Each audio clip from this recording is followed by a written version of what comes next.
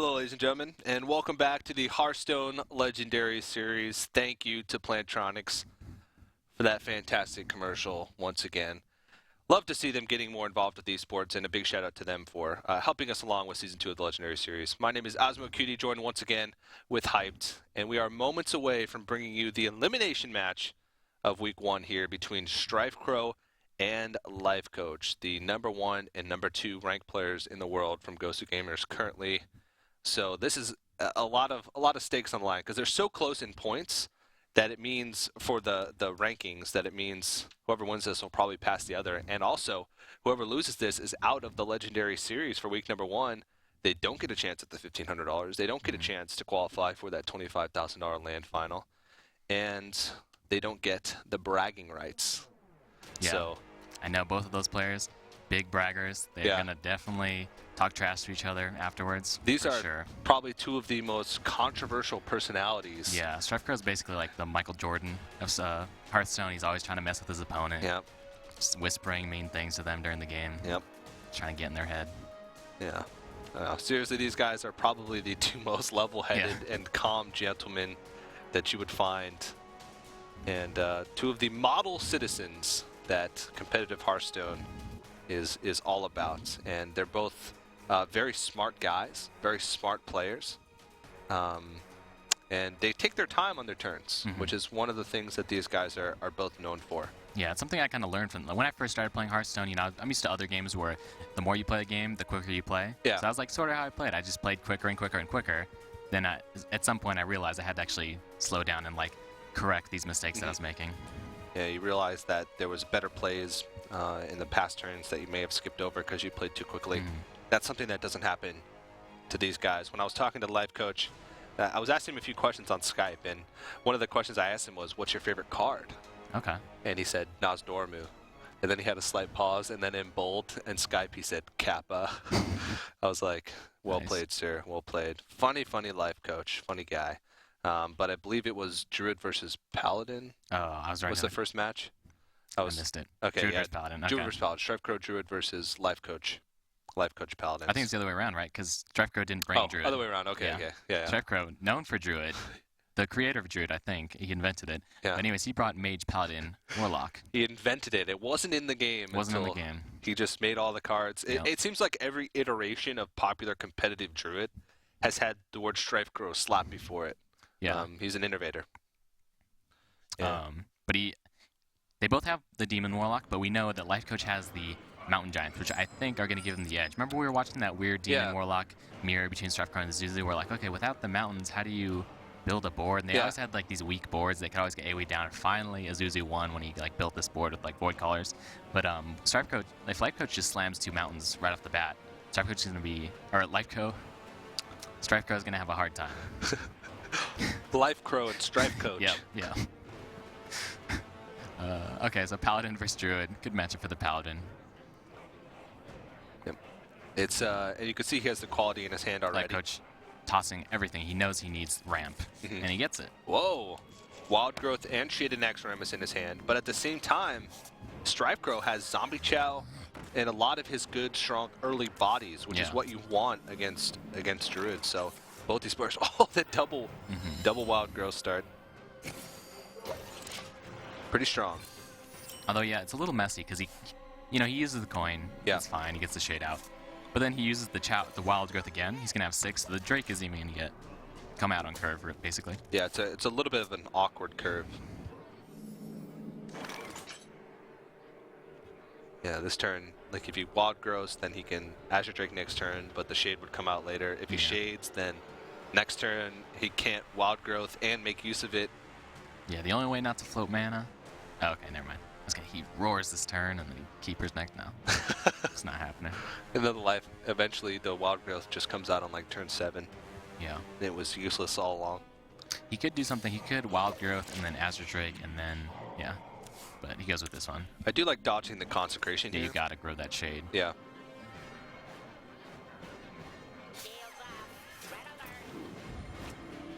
It's a snipe, so maybe Lifecoach will feel the need to unstealth it, but it's gonna be 2 HP again.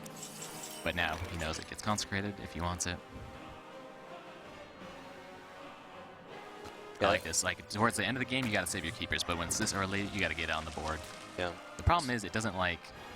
Everything's like 3 HP now, so it's not good enough. And we're gonna see it get eaten by either that Shredder or the True Silver. Sniping off the Knife Jugglers, though, is really great value for that.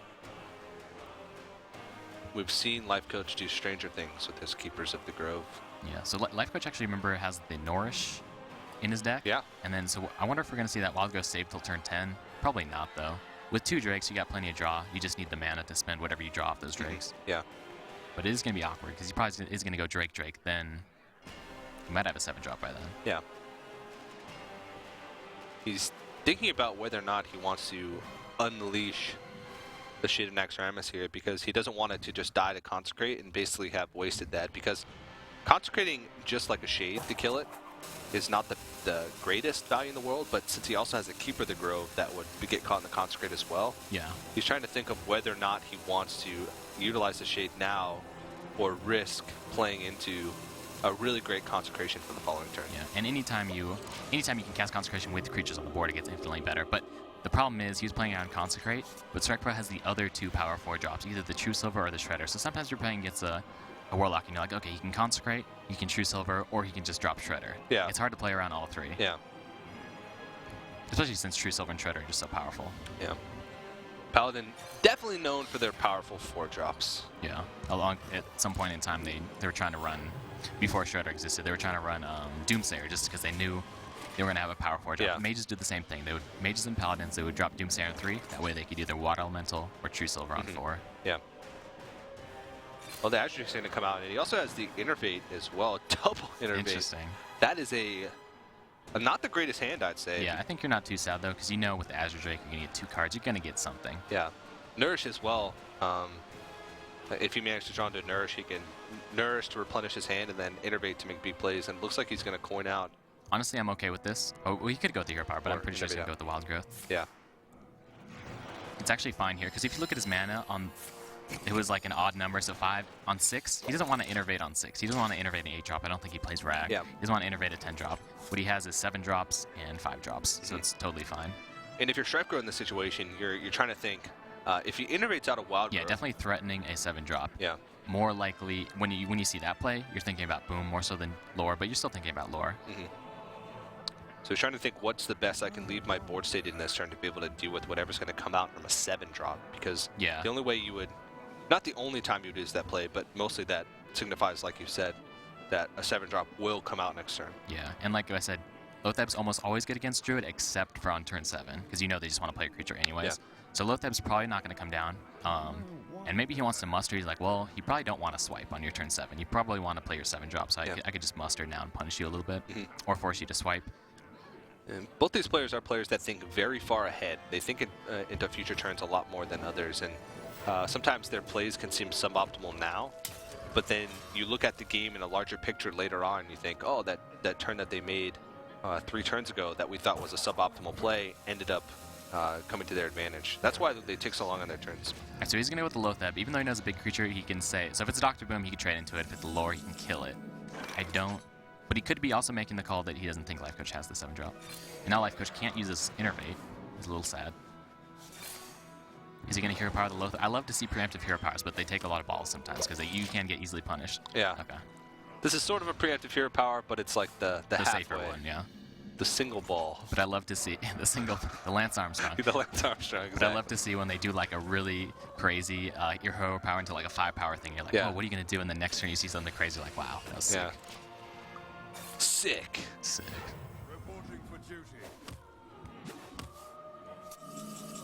Sets him up for a pretty good Dr. Boom next turn. Lifecoach, yeah. I think Lifecoach is going to cut the second forest after this series. I think Lifecoach is going to cut the Druid. Yeah, just cut the Druid. He did manage he loves Druid. He loves Druid. He always loves a little bit different Druid. So Nourish is something that he's always snuck in his Druid decks for a long time. And then he the Miracle Druid? Yeah, right before GVG. Yeah. He's brought a Miracle Druid out. A lot of people loved it. He created a deck, and then everyone's like, wow, this is good. Everyone played it. Literally everyone played it. Yeah. Like the next tournament was like everybody had a Miracle Druid with the Gadgetzan and the Moonfires. It didn't last very long.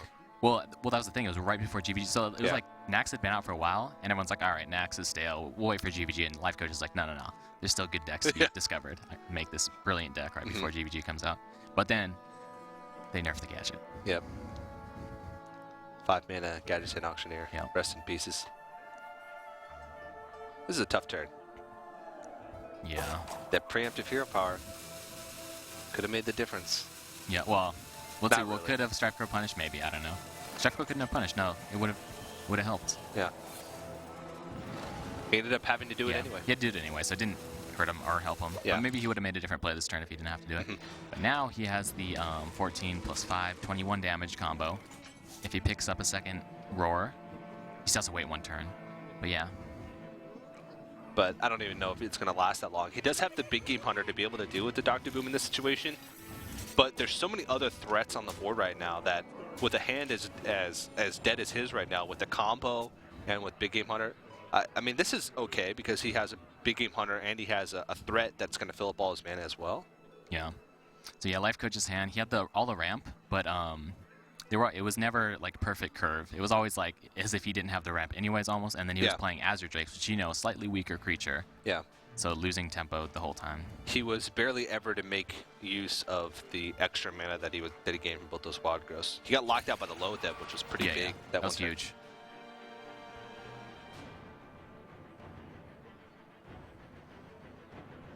Does he want to pop the Piloted Shredder? Yeah, he might go for like an Innervate Hero Power before he big game hunters, or he's like, I'm at 10 HP, I need to get this. Yeah. Just please hit my big game hunter for 1. Yeah. There's a chance that he could be dead next turn either way. Oh, is there... I don't think he's going to go for the Shredder kill. Maybe. He wants to take damage off the board, because right now there's 9 Shredder, damage showing. I always have these ready. If he hits the Shredder, Explosive Sheep, Hero Power it, one of the bombs kills your... Yeah. Always have it ready. Yep. And then one of the bombs hits your Piloted Sky Golem. I think you get, what's Lightwell? Is that? No, that's a 2-drop, right? I think there's a 5. Yeah. There's a 4 HP heal that I'm forgetting, I think. No, I'm drawing a blank here. It's too many 4-drops. The Wii Spell Stopper. Yep. That doesn't really stop anything from Paladin. Alright, if he hits, he just needs 2 damage. Or he needs 3 damage because he's losing. Still fine play. I always have to think whether or not he wants to trade into this, though. Yeah, like I said, the Sky Golem holder benefits from it dying first, whereas if you're against it, you don't really want to kill it first because there are some things that can kind of change. Was it like we saw the Cult Master yesterday? He killed it, and he's like, "Oh, now I got to give you a card by killing your other dude." But most of the time, like it's not gonna really block much damage. There's Dread Corsair, which can, which is a taunt, but it's very weak taunt. Senjin, yeah. He's like one more. Yeah. Maybe not.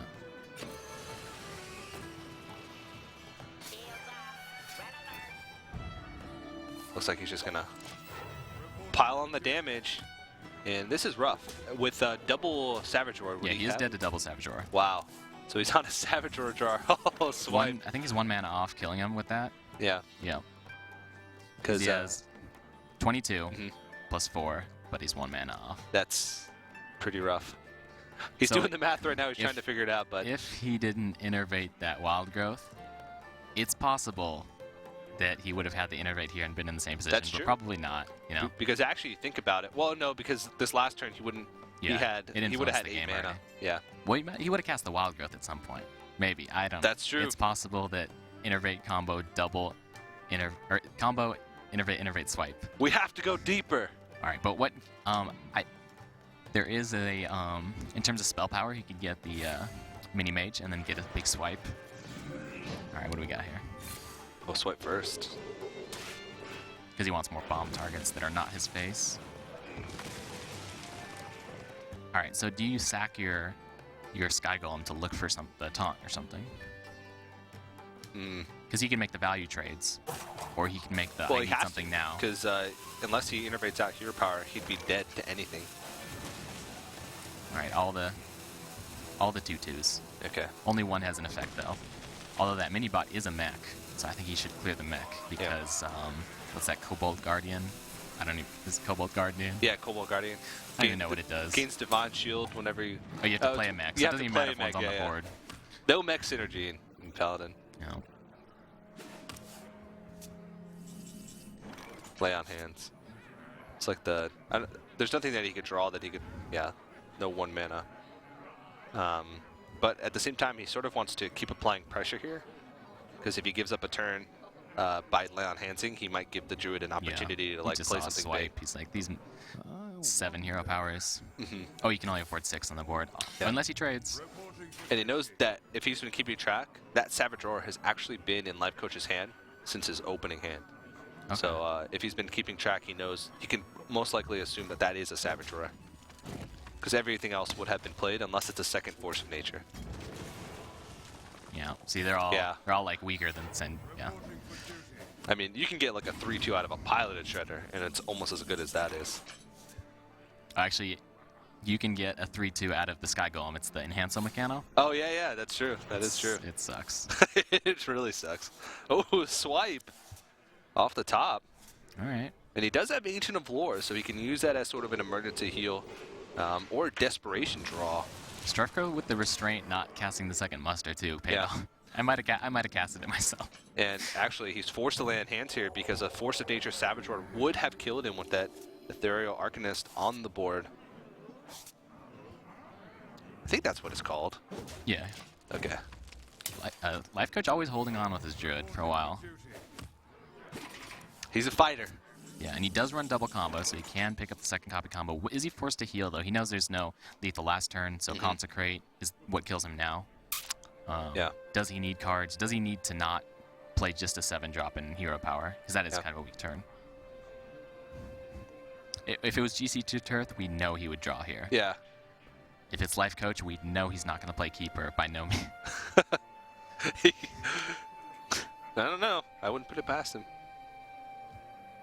No, he's Ancient of Lore. No, this is one of the situations where you would save the Keeper, but although with that Roar in hand, he might be thinking, I want 3 creatures on the board for Roar. I'll Roar clear whatever he plays next turn. Yeah. But he's thinking, what cards have I seen that would kill me the next turn if I ended the turn at 3 health here? Yeah. With that lay on hands, though, you got to be thinking he picked up a True Silver or the Consecrate. He's seen one True Silver. He's seen one Consecrate, too. Or no, he hasn't seen any Consecrate. Doesn't go heal, though. I like, though. He makes the winning play.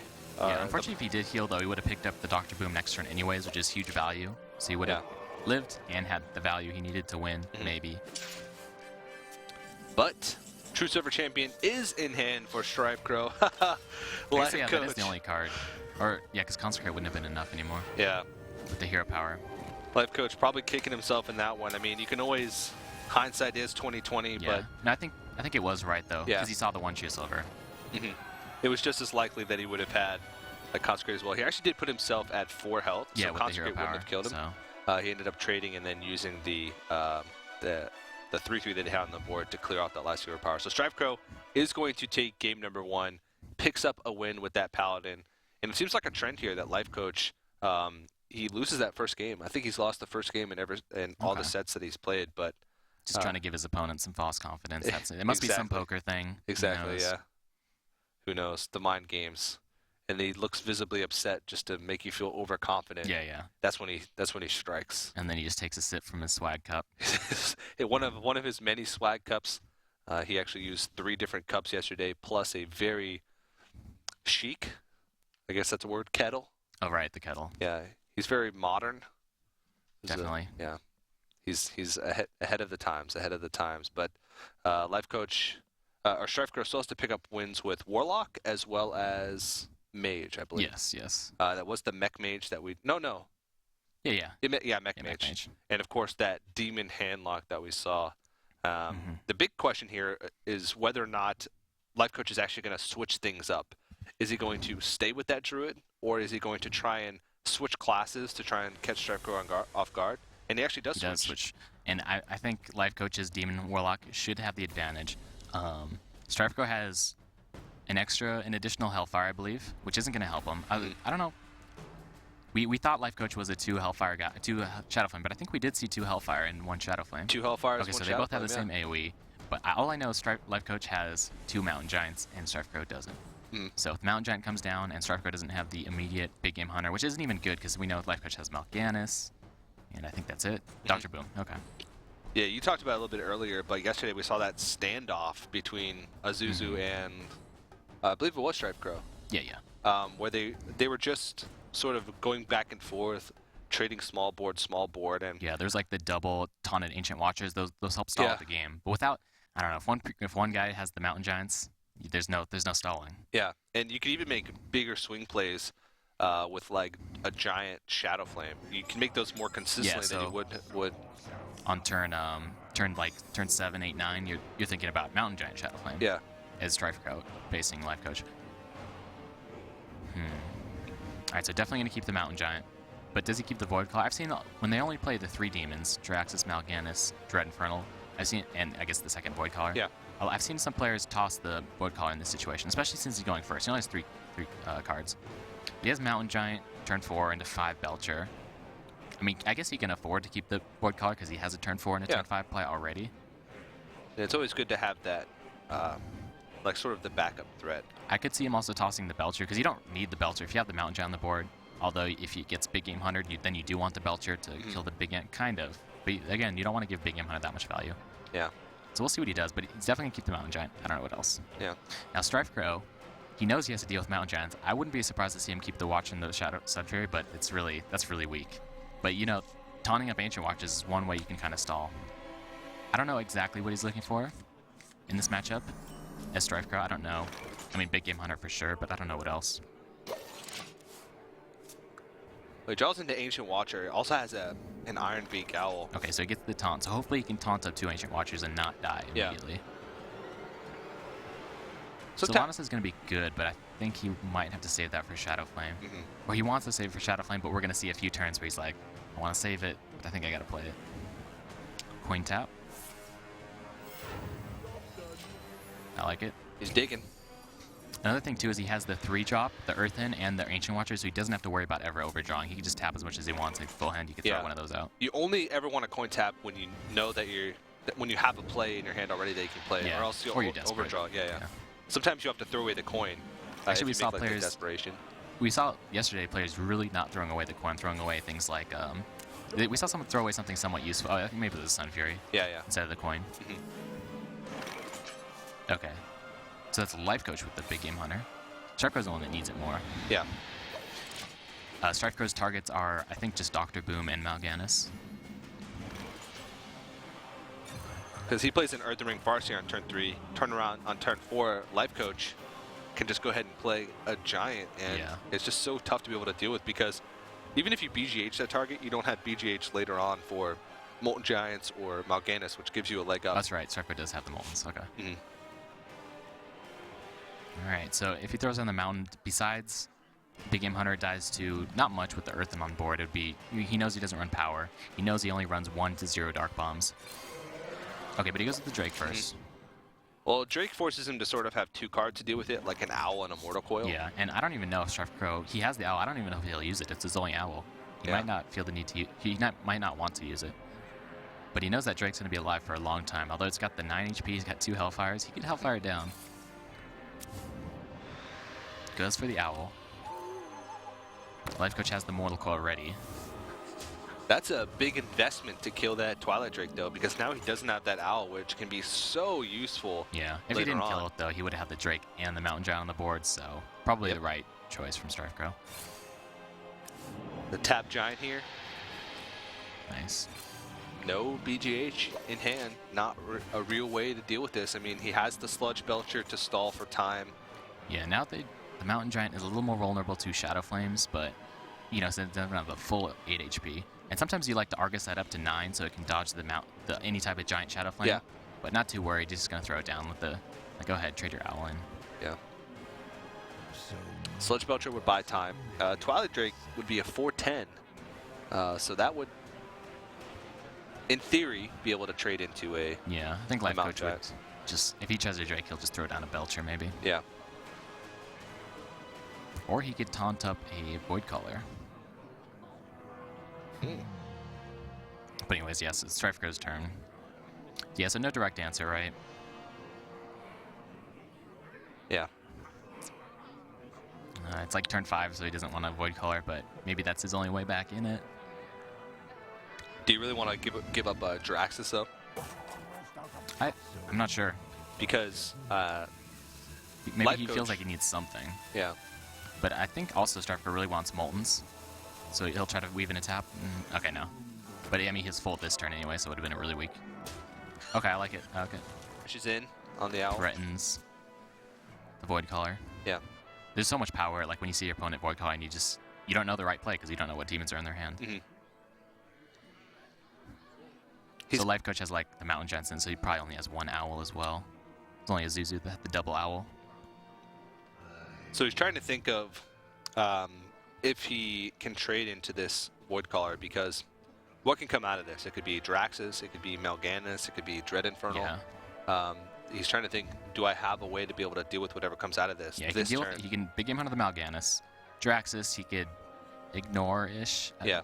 Well, Draxus is the most difficult, and then Dread Infernal is kind of messy, but I mean, he's got the giant there. Yeah. So he gets the Sylvanas down first and doesn't trade. He's like, I know you don't have an owl anymore. Yeah. So I'll play this. So whatever comes out, I can take it. Worst case scenario.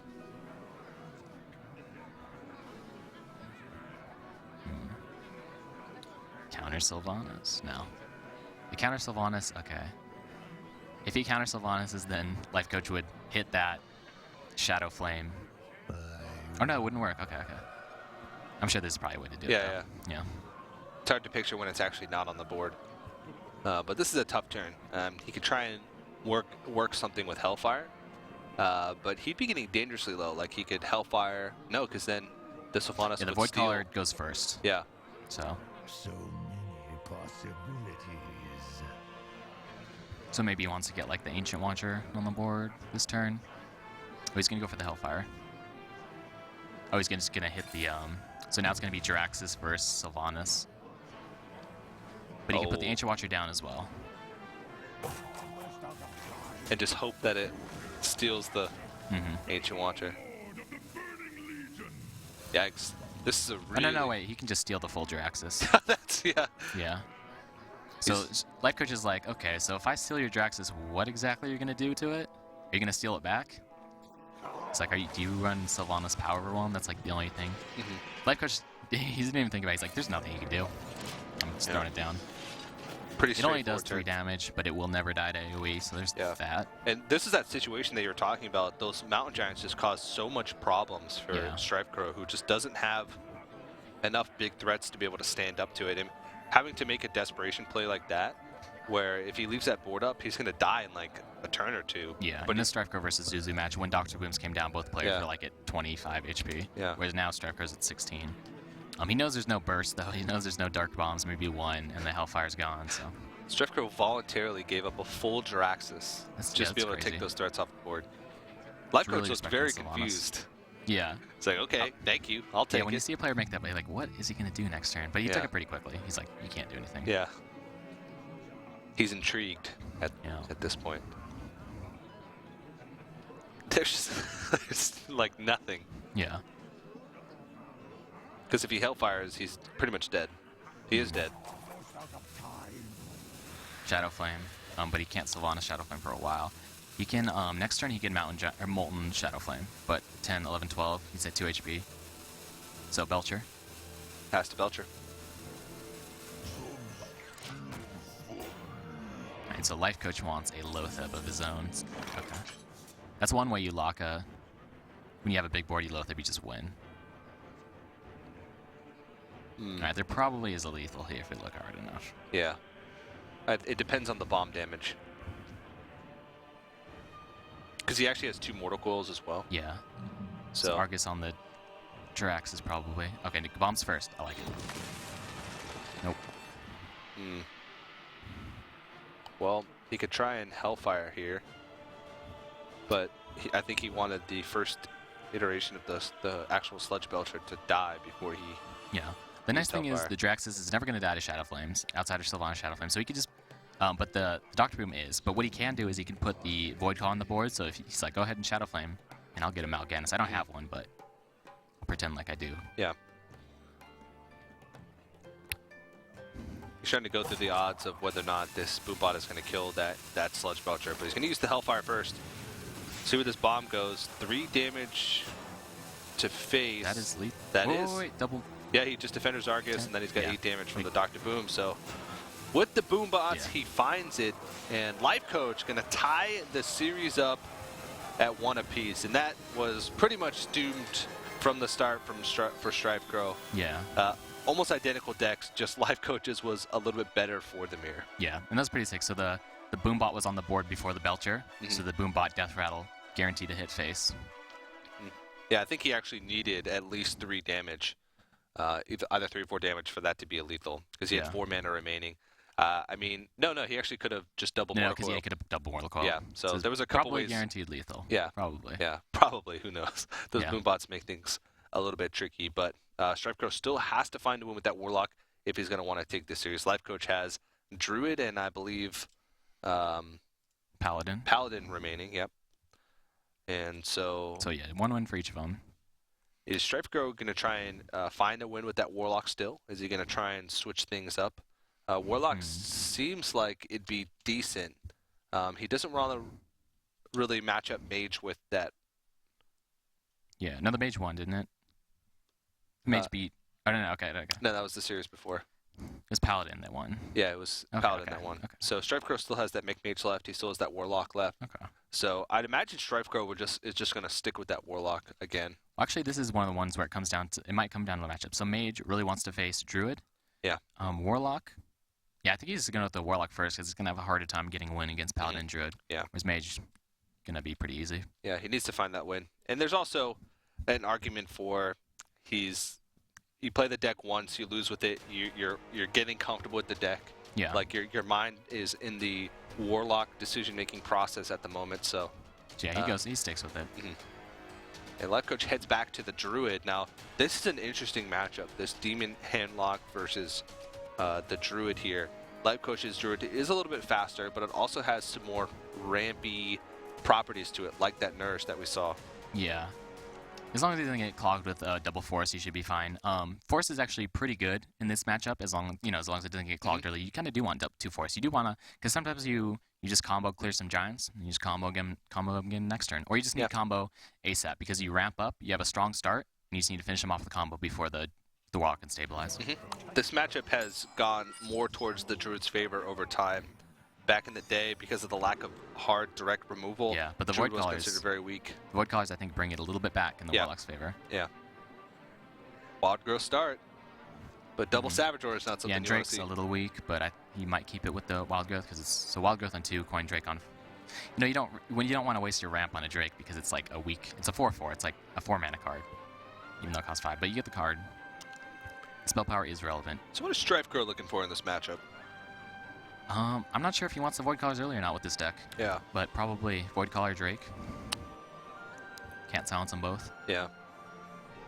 He's thinking about it.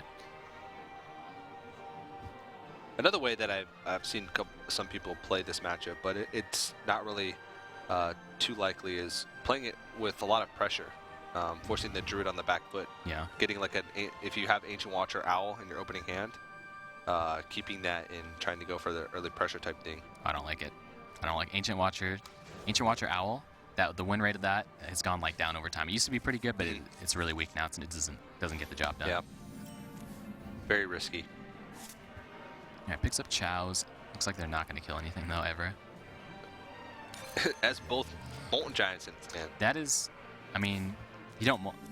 That will help. That is like one of the ways, because Druid can sometimes they put the pressure on and they don't have the combo to finish, and they need double Molten Taunt. Okay, so Nourish is a card. It is a card. So that is a fact. Yeah, this is interesting. I think you get, like I said, the Shade dodging AoE is huge, so he's really tempted to just coin Growth into Shade. Yeah. But if he does Growth next turn, and then he can coin the Nourish the following turn. But I don't think StrifeCro. I mean, I don't think Lifecoach is doing the mana ramp with Nourish often. Yeah. I think it's mostly just card draw. Card draw.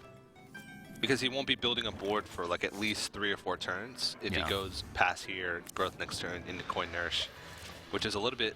It's sort of a liability to go that long without doing anything. Yeah, and then plus you put this big creature on the board, Sky Golem, but you don't really want to pressure the Warlock that hard right away. Yeah. You don't want to give him the Moltens, which he does have. Yep. Whereas this, with the Shade, he can take his time. Oh, he does play Rag. Okay. Alright, so we got the Twilight Drake Void Caller. That's good.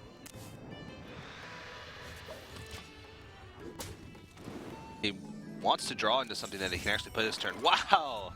Yeah, That's sick. pretty fantastic. Now, StrifeCro doesn't have the demon, so normally you throw the Drake out, let it get silenced, so your Void Caller doesn't get silenced. But Yep. with the no demon, okay, there's a demon. I said with no demon, you might throw the Void Caller first, silence it. Go ahead, silence it. Yeah. And then you throw the Drake out, because he didn't have a demon anyways. But now he does have the demon, so we'll see which one he goes with. Now, Draxus on the board would be pretty good, that 3 HP. He has the Argus right there.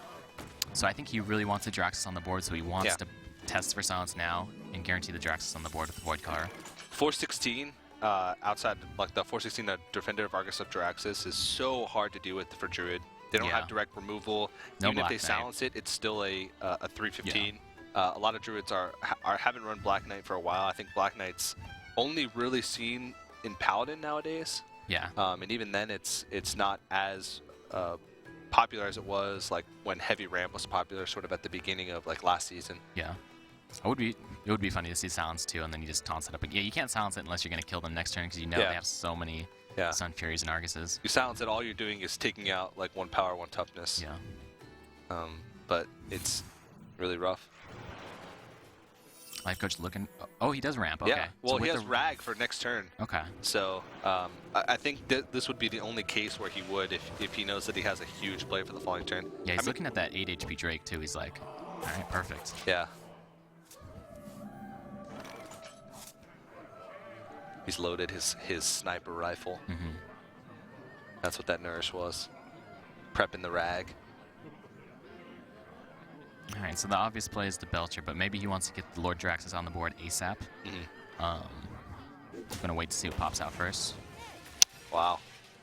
Knife Juggler, one of the best things that you can get from a Paladin Shredder. Yeah, I think he just. Okay. There goes the Belcher. Yeah, I like Belcher here. It fits on curve. I mean, yeah, he does want to get the Lord Draxus out on board. Yeah. But at the same time, he is thinking he saw the ramp in 8, but he saw that Lifecoach before did like a ramp into 7. He's like, I got a 7 drop, and then he didn't have it. Yeah. So he's like, okay, I'm not gonna fall for this maybe again. he's bluffing again. But 8 is pretty specific with Ragnaros, and if he was watching the games yesterday, he knows Lifecoach plays Ragnaros. So does he remember though? I mean, sure he did a quick refresh before the games today. Yeah. So he knows Belcher's better to Ragnaros. And if the Void Caller does get hit by Ragnaros, Draxus on the board doesn't really compete with the Ragnaros. Actually, so now that you mention it, Druid has no way to deal with taunted Draxus, but Ragnaros is actually pretty decent. That's true. I actually forgot that Lifecoach actually had the Rag. Yeah, big target. Absorb 2 Rag hits, die. Yep.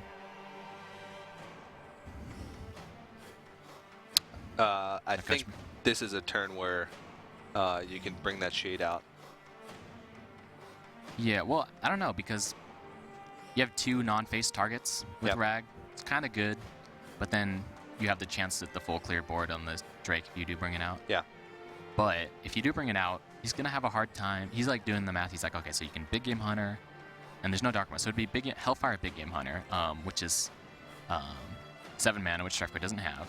So he's safe to that. But he's thinking, what else?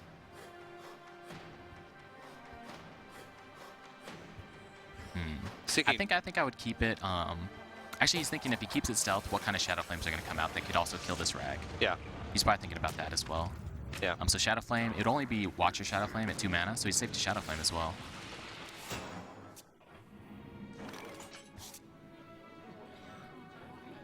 Yeah, I guess pretty much safe from everything. The only Except for reason Big I Game said Hunter, that of was course. because he doesn't have any pieces of the combo, but I mean, I guess since he is safe from Shadow Flame, that shade could just continue to grow. There's not really any outside of like a Sylvanas Shadow Flame play down the road.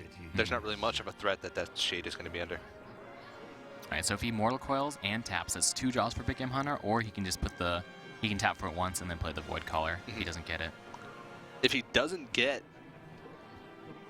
the Big Game Hunter here, he could be in some serious trouble. Yeah. Because if he's using up all his mana this turn to try and dig, or some of his mana to try and dig gear, there's a chance that he could be dead next turn. Yeah, but I mean, look, if he trades the Drake into the Knife Juggler, and then he plays the Void Caller, then you're not really sad if the Void Caller hits, if the Drag hits the Void Caller, if it hits your face, or if it hits those 2 weak creatures. You're actually happy, and then you can play the Dumb Molten. So I'm surprised he didn't Void Caller here. Maybe he does want the Draxus as a creature. Yeah.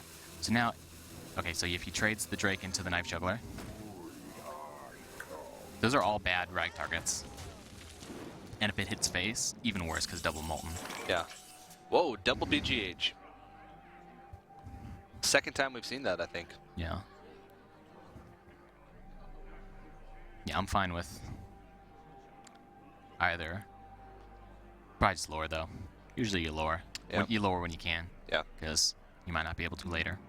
It's still a large board as well, and he can fit in the hero power to snipe down the... Well, didn't take out the shield last turn, so I guess at 5 health, it'd still be just as protected as it was last turn. But holds it in. So he's going for the Drake, but okay, that is the best one. Snipes it. Wow, not really the greatest of draws here. There could be a play here to try and... No. He still turns away from being able to make a big Shadow Flame play. He's not low enough to try and leverage these Molten Giants quite yet. Yeah. So maybe he's figuring if he needs to Mortal Coil for the extra draw. Yeah. He can break out Draxus here and Defender of Argus it. Yeah, you're always going to be in a hard spot. The Frag lives 2 turns. You still don't have the Big Game Hunter. Almost all your plays are going to be really weak. Rag hits a taunted up Draxus twice. It's dead. Actually, he can kill the Rag with Hellfire Mortal Coil and trade both in. That's true. But if he does that, then he's dead next turn to just a Savage Roar. Yeah, probably did to what's on board. Yeah. Be at 17 health. He wouldn't have any mana left over to do anything but tap. There would still be 12, 13 power left on board. A swipe would kill him. Savage Roar would kill him.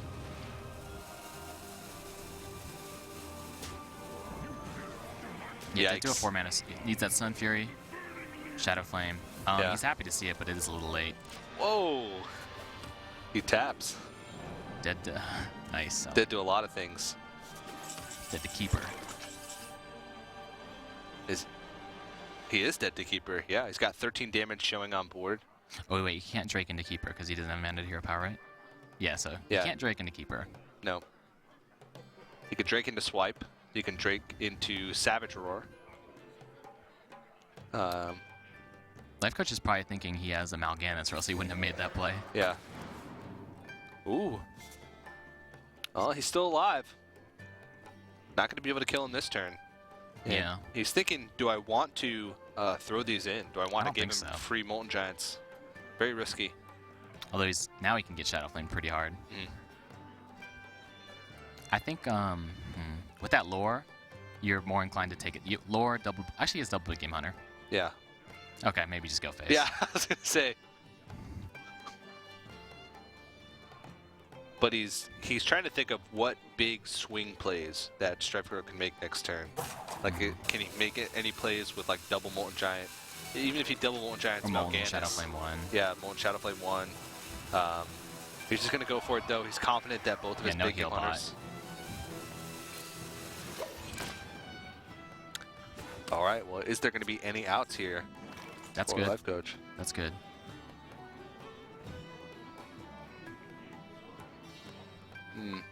He can Molten, Shadow Flame a Molten, Ancient Watcher. Yeah, and double taunt. Double I think taunt. you gotta So there's Doomsayer off the Shredder, or there's Cho. I think those are the 2 main ones I think right now. So I think I would Shadow Flame first to avoid Cho. Although I guess Shadow Flame's not that. You can give him Shadow Flame. Yeah. You just gotta watch out for the Doomsayer. So go ahead and trade first.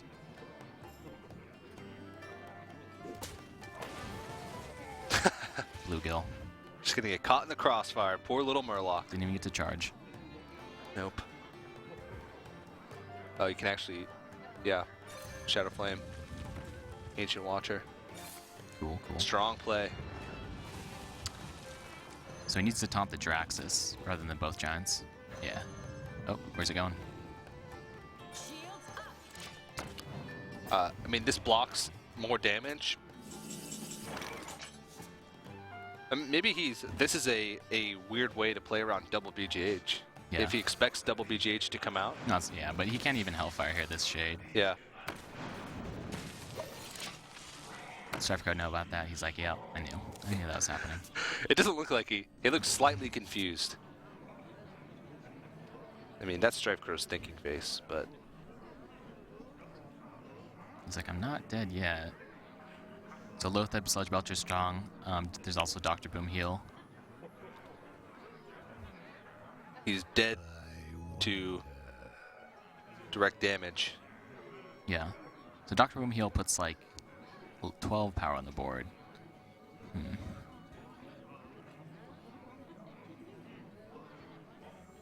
So scary, though.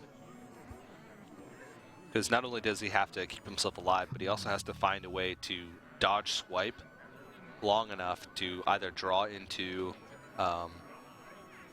his anti-heal bot. Yeah, or speaking of kill him. draws, he could Loatheb tap Farseer, then he'd be safe from swipe one more turn. Yeah. And it gives him 2 draws for heal bot because he's going to tap twice. Unfortunately, he doesn't have the Draxus No, heal. if he Loatheb taps, Oh, I thought he had 10 mana. I thought he had 10 mana. I thought still he be had 10 mana dead. this whole time. That's why I thought he was going to Loatheb Belcher. That sucks. Makes it rough. Makes it really rough. Heals himself, so swipe won't do it just yet. Force of Nature's Savage Roar would be enough, but still hasn't drawn into it. And that Sky Golem, I wanted to see the Sky Golem do work, but it's just sitting in his hand. Yeah. Well, he's had so many other like big threats to plop down over the past couple turns that it's just been hard. This is a tough turn because he's got to make the decision whether or not to play Dr. Boom or try and draw into something better. Yeah, with I think you Ancient got to Lore. play. You can't risk not playing. Yeah. Because when you play the lore of the boom, you're losing, a lot of potential power. You got to make the power play here. Yep. Because it's not like he only needs just one swipe or anything. He needs multiple cards to win. Yeah, for sure. All right. StrifeCro's still not dead somehow, so I guess he's stabilized. He's lost a lot of his tools, though. I mean, he has no Molten Giants left. He has no Jiraxis to bring himself back up to start putting threats out. He's still going to be on like draws for lethal. He does have Taunt Givers, though, so he can continue to make walls. Does he have to double trade into this Dr. Boom? He has his own boom bots to absorb bombs, so that's nice. Yeah. I think he does have to double trade into this Dr. Boom. He's a little bit more inclined to do so because he has his own. Yeah. I think he's going to kill a bomb. He's going to trade in the Earth and then try to kill a bomb with the Jiraxis. Just give him more, non-face bomb targets. So trade. Oh, okay. I guess he's not killing the boom. He's going to let the try to taunt boom. Alright, he's letting the taunts do their job, blocking the Dr. Boom. Is he just Troops going don't to have taunt Shadow him? Flame, so he's Okay, good to go. here we go.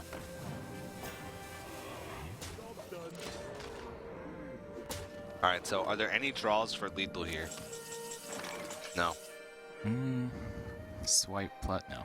Swipe wouldn't have done it.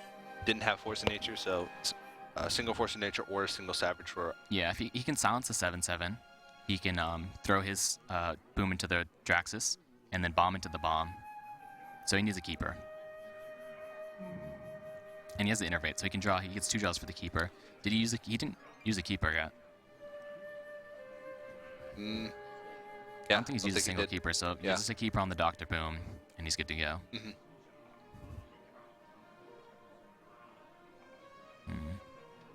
Yeah. I think get the lore here. Lore drawn to a keeper, perhaps. Okay, I so if believe he still has both swipes in his deck as well. Yeah, if he doesn't get the keeper, he can throw the Dr. Boom, or he has 2 sources of 7 damage, so those 2 taunts are done. He hits the bomb, and he only needs one thing to go face for whatever the bomb doesn't hit. But yeah, that's not going to happen. Okay. Alright, so okay. Dr. Boom into the Draxus, Wrath Shade into his Dr. Boom. But you want to, okay, whoa, swipe. I wonder if he's going to trade the Shade first. Yeah, he doesn't want the Shade to get swiped. Or Shade to get bombed, rather. that's sick. Oh, a big bomb takes out the Loatheb, and all of a sudden, StrifeCro's wall Oh, that Draxus. is no more. You hear that Draxus death rattle? Yeah. It's a death rattle. Yeah, that's what His the death rattle is original- a scream. It should say that. Yeah. Death rattle. Lets out a blood-curdling scream. You ever go on Wowhead and go into like the German Draxus, play with the sound bites? Yeah, yeah. Pretty fun. play Hearthstone in a different language too. Yeah. Listening to all the.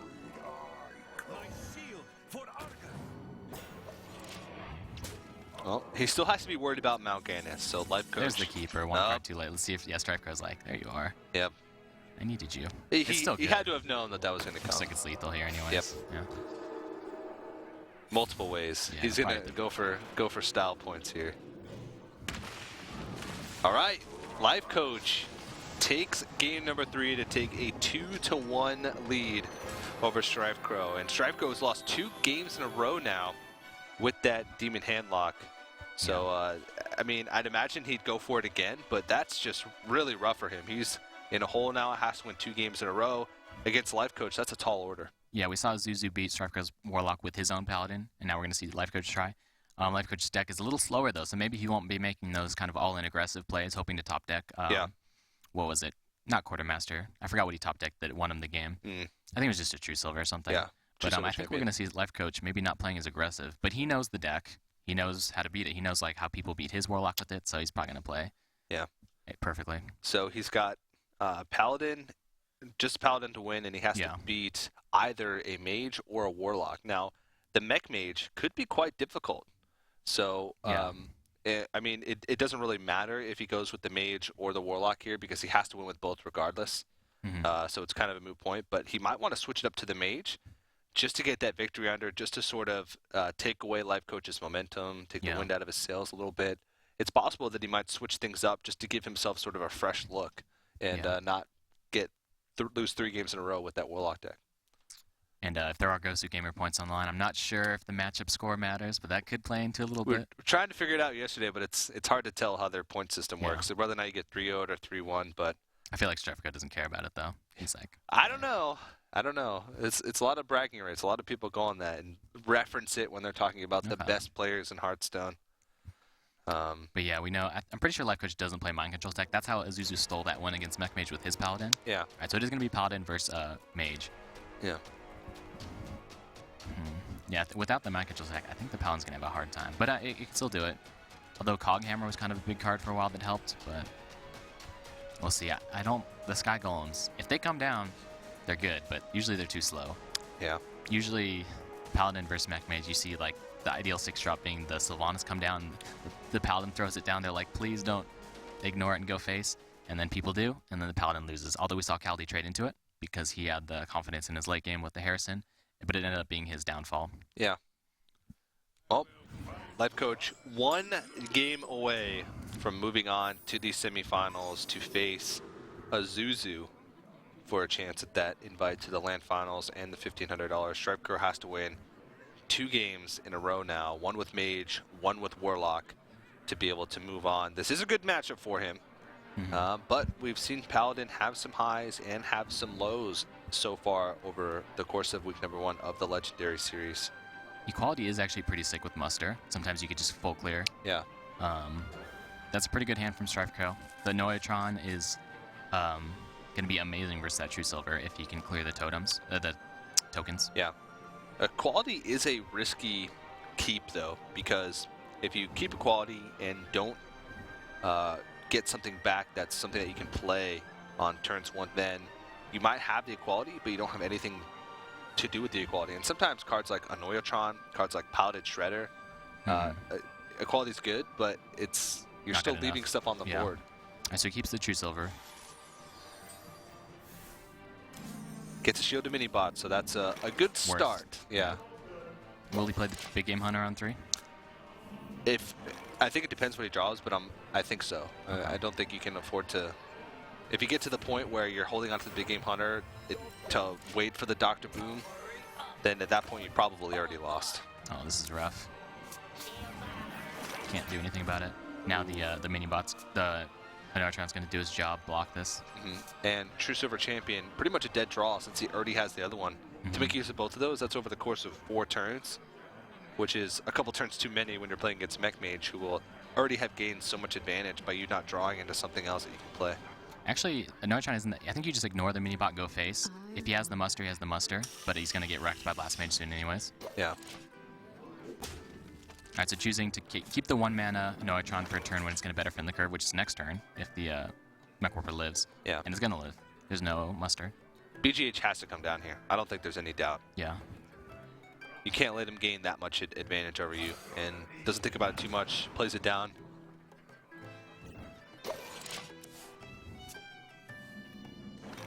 Oh yeah, the Toshly. That was a little bit of an addition that StrifeCro made.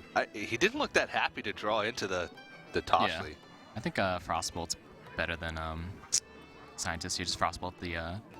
Maybe not, though, because as the Consecrate comes down, you're pretty good to Consecrate, actually. Yeah. But maybe you want to get the Scientist out the turn you can. But, I mean, if he plays Blast Mage on 4, he's looking, he has no 5 play anyway, so maybe let's play it on 5. Yeah, so Frostbolt comes down. Yeah. Because either way, the only thing with Consecrate he'd be able to clear is the Annoyatron. And I like the Annoyatron is just so tough right now because it's strong against Consecrate. It's also strong against True Silver because... And Shredder. So those are the 4/4 drops. Yeah. Can't even play the Shredder. Can't play the True Silver. Consecrate's not even good. Consecrate's the best, but it's still not... Actually doesn't do anything. Yeah. So you're safe to all the Paladin 4 drops, but it was mostly because of the Mech Warper. There's a turn ahead. He's basically Wild Growth. It's Wild Growth with a body. It's even better than Wild Growth. Yeah. Whoa! Yeah. It's like the only time that Druids weren't good were when there was a lot of Mech Warper decks and a lot of Undertaker decks, because those are both like Wild Growths with bodies, basically. Unfair, man. Yep. Why don't you just play Mech Warper with Wild Growth? Yep. The best of both worlds. Done. With Undertaker. Yep. Well, the Undertaker's not good anymore, but yeah. Yeah. I've still seen some hunters that'll rep in the Undertaker. Okay, okay. With Face Hunter, it doesn't really matter. Yeah, they do whatever they want. Yeah. As long as you got Wolf Riders and... Yeah, they're like, look at my Face Hunter deck with Deathwing. It doesn't matter, dude. There was a guy in the Legendary Series. He was wearing a suit, UNC Tennis. Oh, okay, I remember UNC Tennis. Yeah, yeah. He's wearing this. Yeah, that's now how, whenever I face Was that the week Face that Hunter, you played? I'm not sure, but whenever I face a Hunter on ladder now, I just assume it's just some guy in a suit just chilling. Just chilling. Yeah. That was one of the best weeks. One of the best weeks. Goblin Blast Mage seems like an obvious choice, but... Yeah, it's actually one of the weakest Blast Mages ever, because you don't really... I mean, you'd like it to hit the mini-bot twice, but in this situation, I think you just want it to go face. I guess if it kills the Shredder... It doesn't even matter if it kills the Shredder. We see that Lifecoach does have the True Silver, though, so it does matter if it kills the Shredder a little bit, but... Yeah. Really, it's a super weak Blast Mage, but he's not going to play it unless he wants to play around Mind Control Tech, maybe. Yeah. But I think you're perfectly happy just throwing the Mech Warper into the Shield Bot and everything else at face. Yeah. I would agree. Because if you want to try to preserve the Mech Warper a little bit more and throw the Spider Tank, you're a lot weaker to Consecrate.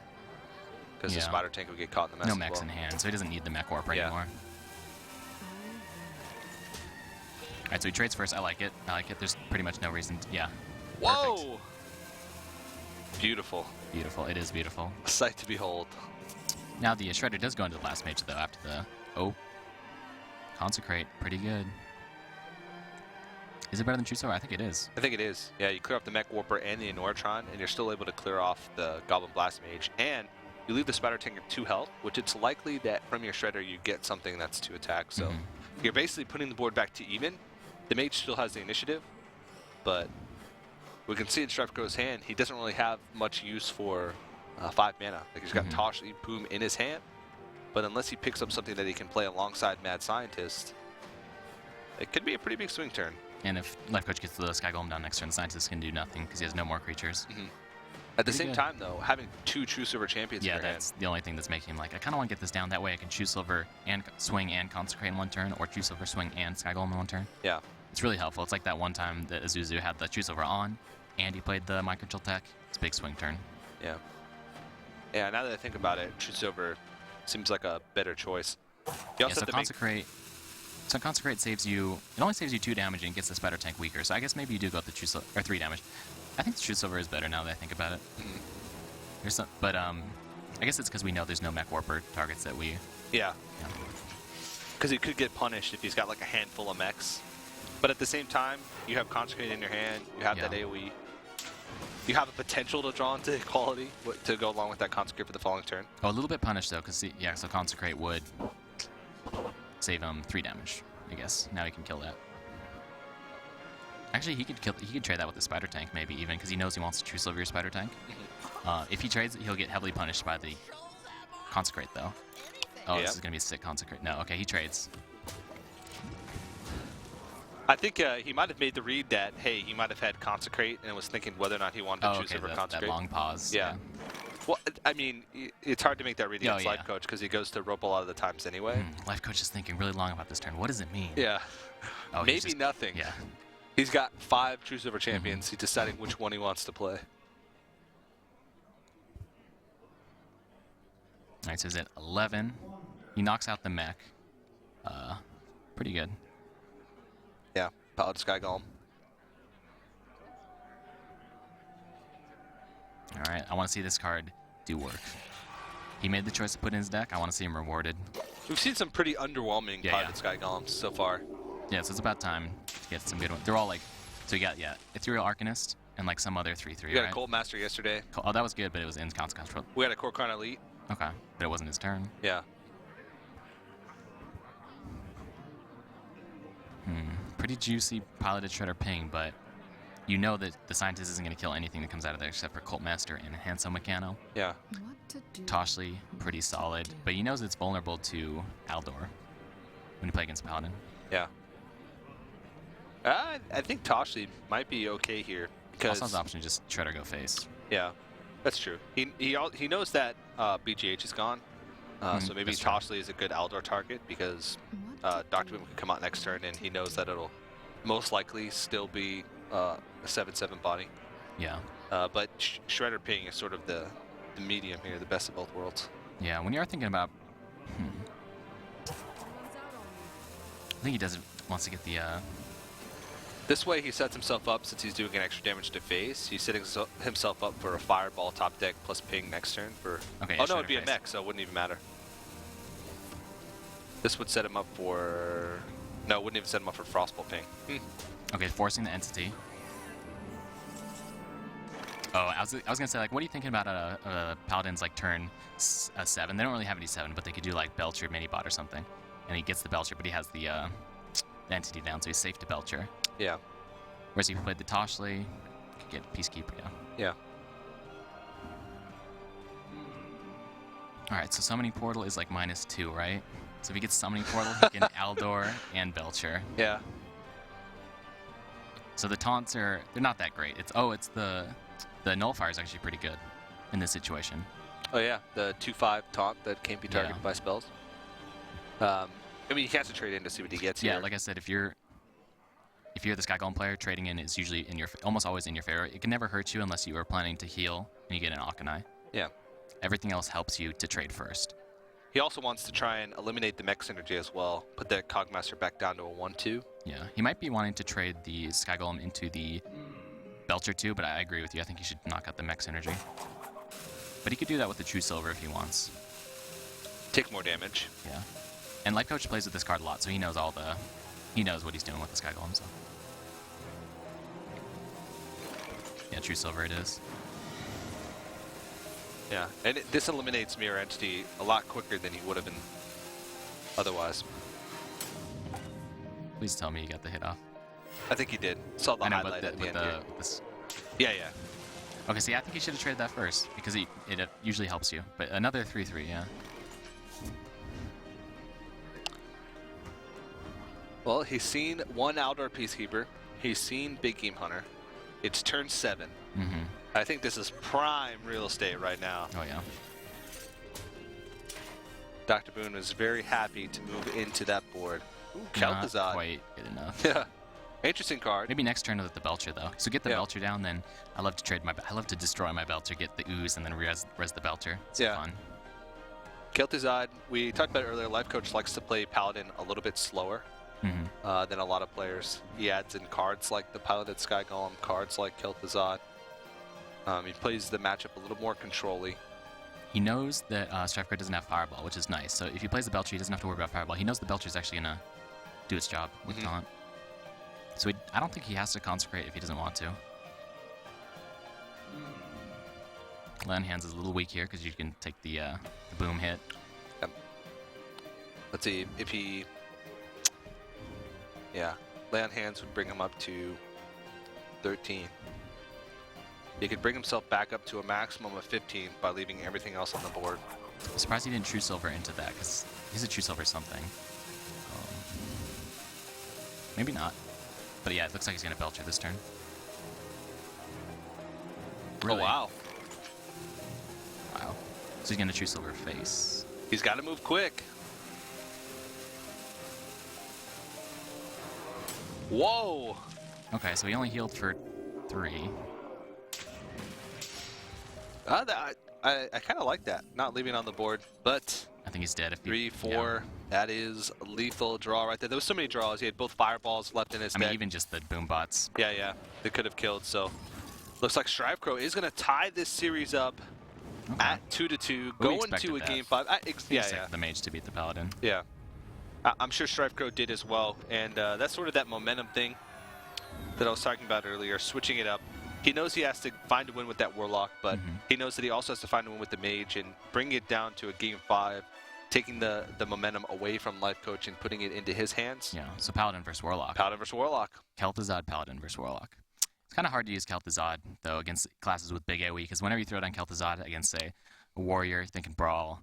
Yeah. Warlock, you're thinking Shadow Flame, and then Equality. Brawl Consecrate is risky against Kel'Thuzad, Yeah. though.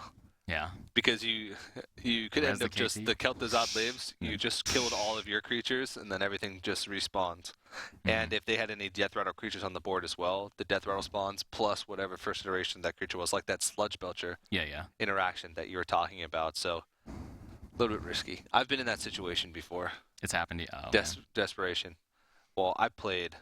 I don't mean to brag or anything, mm-hmm. but I think I have like 1,200 ranked Control Warrior wins. Nice. It's almost platinum. Almost. Almost platinum. I want a platinum border. Yeah. All right, yeah. Warlock versus Paladin. Lifecoach, regular, just glass today. I know, his cup game is just off. I'm pretty sure he was drinking some sort of frothy beverage. Frothy. Yeah. He is German. Okay. He lives in he told me he lives in Austria now though. It's a Okay. German player, lives in Austria. Vienna, Austria. Here's his exact address. We'll put it right below. Nice. No, just kidding. I don't think he plays he doesn't play 2 big game hunter in the Paladin. No, there's no way. It's just the Druid. Yeah, just the Druid was the 2 big game hunters. We were talking about it a little bit yesterday. It's hard to fit in double big game hunter into a lot of decks. Druid, Warrior, you can fit it in. But Paladin, especially since his Paladin is so heavy compared to a lot of Paladins, it's hard to fit in those big game hunters. It's not as useful in this matchup as well. Double big game hunter. I mean, what would you bring it for? The traditional hand lock with Mountain Giants. Yeah, I guess it's not that amazing versus Warlock. Yeah, not many other classes run double 7+ attacks. Like you see Dr. Boom in a lot. Sometimes you see Dr. Boom plus a rag. But other than that, double big game hunters. Keeping it though. Yeah. Even though he knows he doesn't play mountains, he keeps it. Interesting. That's sort of like an emergency tool maybe if there's an early board caller. He has a way to deal with it. It's a lot of 3-drops. Yeah. I didn't even know Paladin had that many 3-drops. I don't know. He's got the Aldor Acolyte combo. Pretty sick. Yeah. There's the Mal'Ganis. So the big game hunter is going to have a target. Maybe. He's got to draw a He's gotta board draw a caller board at caller. some point, yeah. This is a pretty decent hand right now. He's got a lot of options on all the turns. The Peacekeeper can come down, which is, I mean, Drakes are a great target. And then you said the Acolyte of Pain to follow it up. He can guarantee himself multiple draws. Or bait out an Owl, which at this point he can pretty much confirm that StrifeCro only runs 1 Owl. Honestly, he could, if he's willing to waste the coin, he could coin Acolyte right here. He knows there's no Dark Bombs. He knows it's too early for Hellfire. And he knows he doesn't want to Owl it. Yeah. Gets 2 draws, but does he really need 2 draws? I mean, the coin is pretty valuable. Our Paladin's hands are typically very expensive. And like getting the Sky Golem out 1 turn earlier can be very valuable. And it's not like if he doesn't use the coin, he doesn't have a play. Because he does have the Shielded Minibot this turn.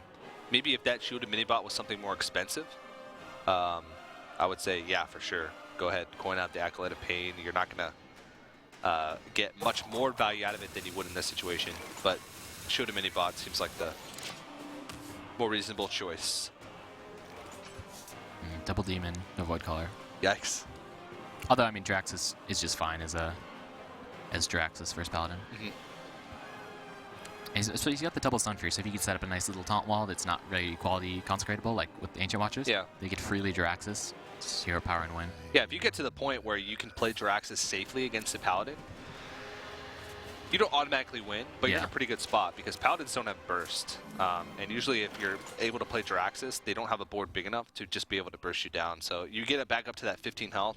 A lot of time, by that time, the Paladin has expended a lot of their board, they're running out of cards. So usually I go down when I'm playing against Paladin and Jiraxis, I go down in health. I'm at like 20. Just go down. Yeah. The faster you can get it out, how are they going to deal with 6/6, 6/6, 6/6 every single turn?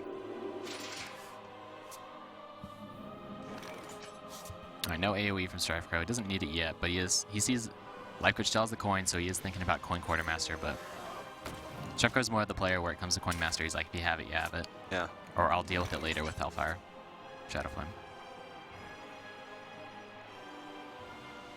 All right, so Aldor prevents Shadow Flame, but he knows that StrifeCro's 2 Hellfire, 1 Shadow Flame, so maybe he doesn't feel the need to Aldor that.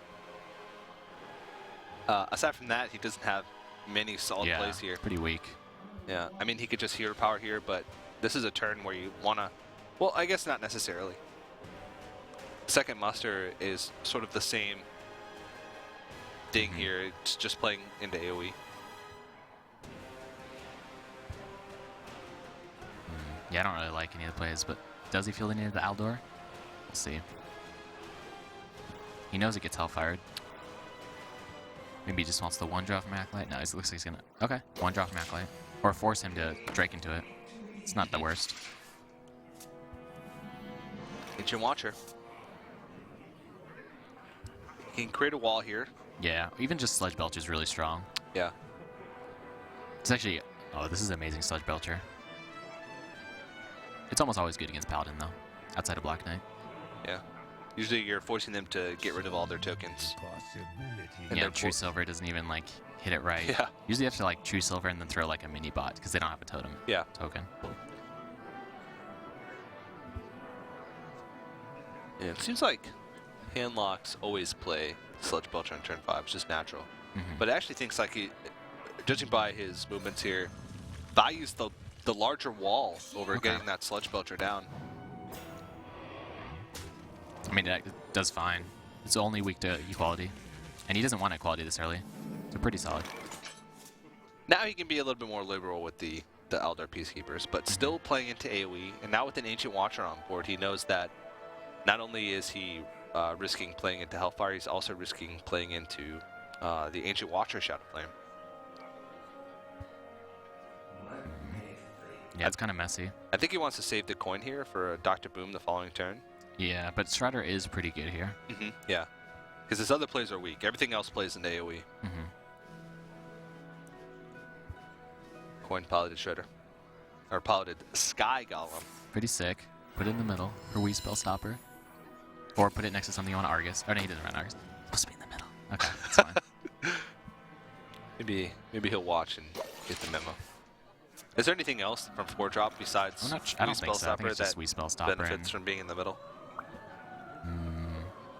I think that's the only one. Yeah. This is Shadow Flame.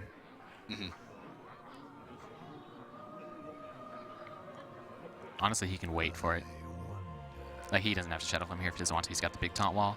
But he doesn't have, like, the instant Shadow Flame drop in hand like a giant or, you know, so he wants to tap. He doesn't have to... But if he doesn't Shadow Flame this turn, then he's risking... Well, he knows he doesn't have the Quartermaster yet. Yeah, that's true. But at this point, he's been through a lot of draws. He can... All 3 demons, no Void Caller. Rough. It's just a really awkward turn overall. So I think StrifeCro's hand is so high value, he just all he needs is time. He's like, all right, I just need to make long-term plays. Give myself more time.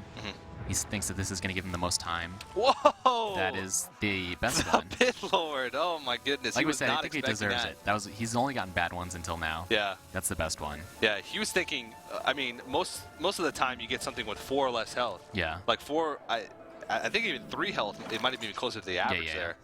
But that really hurts because he has to trade the Twilight Drake in, plus give up his Sun Fury Protector. So that's a pretty big deal. Still doesn't die to anything, though. He doesn't really want to consecrate. Yeah. That's true. Yeah. Now, since he gave it the coin last turn, he doesn't have Dr. Boom this turn. This game is just filled with weird turns from these players. Yeah, but as I said, like, if you look at StrifeCro's hand, it's amazing. It just needs more time. And if you look at Lifecoach's hand, he can't really apply the pressure. Dr. Boom, it's like one more turn. If it doesn't, I don't know. Dr. Boom alone, it's like so good when you have a board, you just play Dr. Boom, you win. But when it's just alone, sometimes it could get cleared. I don't know if it's enough to create any pressure. Because if Lifecoach doesn't create any pressure, StrifeCro's gonna play. He's gonna play Draxus. Yeah. He's gonna make some totems or make some Dread Infernals, and then he's gonna play Mal'Ganis, buff him up, make him giants. Dread Infernals are quite a bit bigger than totems. A little bit. Totems on steroids. Oh, wow. Oh, no. The Dread Infernal value. That is sick. That is absolutely sick. And this might, I mean, Dread Infernal is a card that hasn't been played in competitive, like, ever, Yeah. I don't think. And Just Void Caller making its makes way it in. strong because it's a 6/6. It dodges BGH. Also, with Paladins and Rogues being really popular, Violet Teacher tokens, Muster for Battle tokens. I mean, I think you have to go for it. The other option here is you do have the Void Caller. You have 2 demons in your hand. Maybe you want to try and build some synergy there. You do have Sludge Belcher and Tap, which sort of fits your curve. Yeah, Earthen on Twilight Drake isn't the worst here. Yeah. That's very true as well. But at the same time, this is the second muster. If you get rid of this muster right away, That's true. you don't have to worry about Quartermaster as much anymore.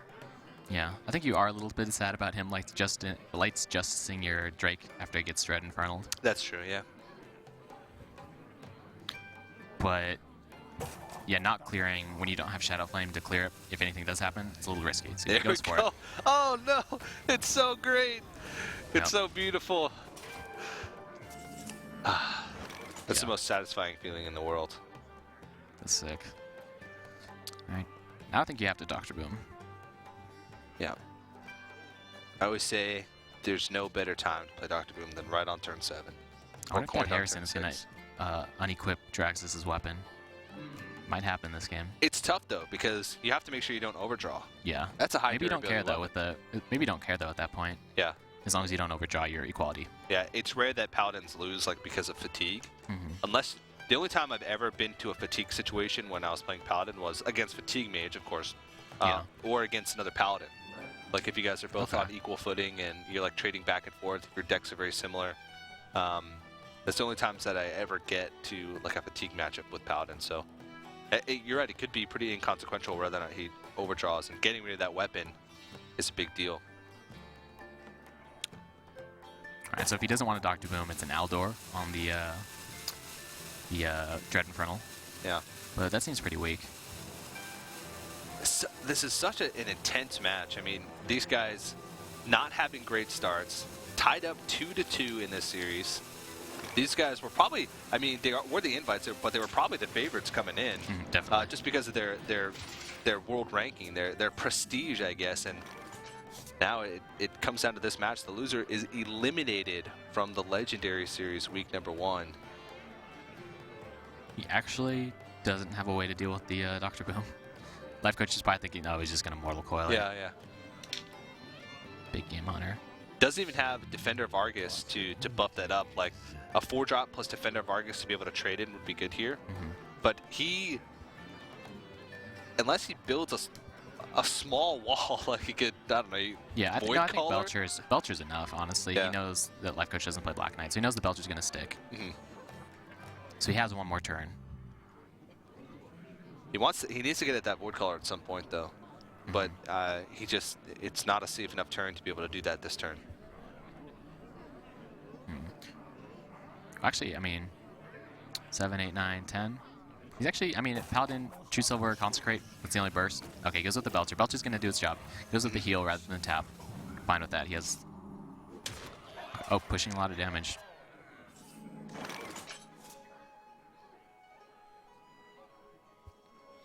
Alright, he does pick up the True Silver, so he would have had the burst. Yeah. So it ends up being a solid play. But with the pressure here, he's going to have to find time. I think True Silver is probably a good player to take out this Belcher. You can throw the bomb in to try and like snipe down the Earthen Ring Farseer here. Yeah, and just get an Aldor on the Dread Infernal. Yeah. But I think maybe he's thinking about keeping his. Is there a way he can keep his boom super healthy? I guess yeah. You throw the boom and yeah. Yeah, if you outdoor the Dread Infernal, the worst case scenario, you're throwing the boom into the Earthen Ring Farseer. Yeah, or just or face. Or face. Yeah. But yeah, oh no, with the double Moltons, I don't think he can risk that. Yeah. Okay, so he's not gonna go for that True Silver thing to keep it healthy. So he's gonna go for Aldor, maybe Healbot. Well, this way, this is actually more consistent because either way, his Boombot's most likely going to take 3 damage. So he can assess the board after the Boombots instead of using the True Silver Champion. Yeah, so Aldor and then Healbot, yeah. Yeah. So this way, he holds on to the True Silver Champion to be able to do maybe a little bit more burst. Yeah. True Silver Champion Consecrate from hand is probably the most amount of burst that a Paladin could possibly do. Except for like double Knife Juggler, Yeah. double Muster. Okay. Do Jiraxxus. Trade into the Dr. Boom and Jiraxxus while you still can. Nah, it's too. You're at 12 with 5. That's super low. Okay, hear me out. You have 1 Taunt Giver. Okay, so you can Jiraxxus this turn and set up a play next turn where you Infernal, Voidcaller, and Taunt. Because then if Voidcaller gets killed, you're guaranteeing Mal'Ganis to come out, which protects you from burst. We'll see if he does it, but I don't know though. Because he doesn't have enough mana right now to like Voidcaller, Twilight Drake, Sunfury Protector. He can play Antique Healbot here and like a Twilight Drake and trade in, which I think would be the only play. If he doesn't play Jiraxxus, then I think that would be. Yeah, I like the Drake. Twilight Drake, Antique I like Drake Healbot. better. Okay. He doesn't have to Healbot because he could go for like a super big. Oh wow. Now he has the double balance heal with the Healbot and the Jiraxxus. He's actually going to get value out of the Jiraxxus heal. Yeah. Which is pretty big. Unless Jiraxxus gets popped from this Voidcaller. Oh, that's true. But he's got the Healbot, so it's not too big of a risk. If Jiraxxus gets popped, he gets a taunt. The one thing that we still have not seen yet, though, is the equality come out. So. Yeah, I think Lifecoach has got to only run 1. I don't know with that Kel'Thuzad deck. You'd think he'd have 2, but with 2 Sky Golems, maybe cut inequality. We've only ever seen 1, and we through quite a bit of this Paladin deck because some of his Paladin games have actually gone quite a bit longer than you usually see Paladin games go. But that has to play into the back of StrifeCro's mind here. Yeah, I'd really rather be in StrifeCro's position now. I'd feel super safe with the double heal. Oh, he wins. Wow, lethal. Okay, lethal. Oh my gosh. Nice. That's all it took was 2 damage from the bomb. Yeah. And Lifecoach, he throws his hands up and he's going to cheer out. And Lifecoach is going to take the series 3-2 over StrifeCro. Lifecoach's cup game was not on point, but his Hearthstone game today was on point. And he's going to reclaim his throne as, I guess, the unofficial number 1 player. Number 1. Yeah, definitely. Number 1 player. Although maybe if he loses to the next guy, if he's super low ranked and steals some ELO. Yeah, that could be a possibility. But Lifecoach will move on to face Azuzu in the semifinals. Unfortunately, StrifeCro is out of the tournament, so he will be getting $200 for participating in the Legendary Series. He was one of our invited players. But our semifinals actually consists of 3 players from the Challenger Cup, the Open, and of course 1 invite being Lifecoach, which is pretty even. We started out with 6 Challenger Cup players and 2 invites, so that is what I'd expect to happen out of that. But congratulations, I mean, to Lifecoach. That was a really well-fought series, 3-2, a nail-biter down to the end. Our semifinals are set. Koronico versus Kaldi? Yeah, Kaldi versus Koronico. Kaldi versus Koronico, and then Azuzu versus... Oh, no, GCT Turth. Oh, GCT Turth. Oh, yeah, he did win with that Shaman. So you can see on your screen there, that's going to be the semi-final bracket. And, of course, the winner will take home $1,500 and be guaranteed an invite to our $25,000 land finals. I just want to give you guys a little bit of a quick reminder about the puzzle that we showed you a little bit earlier from our friend Freshka. If you guys are just now joining us, we put a puzzle up on the screen earlier. We'll see if we can get that screenshot up once again in a little bit. But head on over to facebook.com/ESL Hearthstone. And if you think you know the best way to handle this scenario on your screen right now, go ahead and post facebook.com/ESL Hearthstone. If you get it right, your name will be entered in a raffle And at the end of the day, we'll draw from those people that got it correct, and we will be giving away, I believe, packs, maybe Plantronics headset, something. So put your thinking caps on, see what you can come up with, and head on over there. We do have 3 more matches thus coming up today for you in the Legendary Series week number 1. It is going to be the semifinal between Koro Nico and GCT Third coming up next, followed by Lifecoach versus Azuzu, and then the grand finals here on day number 2 of week number 1 of the Legendary Series. Guys, we got plenty more action coming at you. Don't go anywhere. We will be right back.